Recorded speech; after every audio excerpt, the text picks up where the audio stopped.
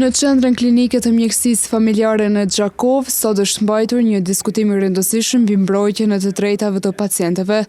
duke vënë theksin tek përmirësimi i qasjes dhe komunikimit në sistemin shëndetësor. I pranishëm në këtë aktivitet ishte Besim Kodra, kryetari i shoqatës së pacientëve,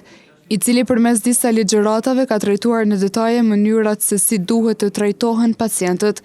cilat janë të drejtat e tyre dhe çfarë qasje profesionale duhet të kenë infermierët dhe mjekët ndaj tyre.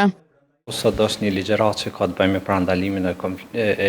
dhe menaxhimin e konflikteve që mund të kenë stafi shëndetësor me pacient, por edhe konfliktet kolegiale është një temë që në vendet e Bashkimit Evropian ka fituar terren për shkak se mundësia për të patur konflikte gjithmonë është prezente, sepse sensitiviteti i punës është shumë i madh, edhe stafi shëndetësor ka nevojë me kuptua dhe ma shumë se si komuniteti mendon për ta, cilat janë arsyet që ata mund të kenë konflikte dhe si ato mund të eliminojnë për me pas një shërbim shëndetësor më të qasshëm dhe njerëzit me ndihmë të kënaqur në shërbimin shëndetësor. Ai shtoi se këto ligjërata pritet të ndikojnë drejt për drejt në rritjen e aftësive profesionale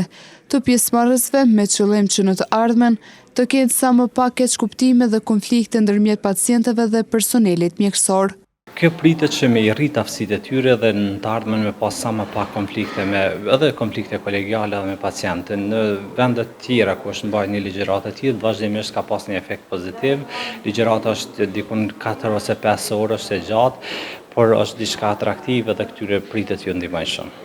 Në fund, u theksua se aktivitetet të tilla janë të domosdoshme për avancimin e shërbimeve shëndetësore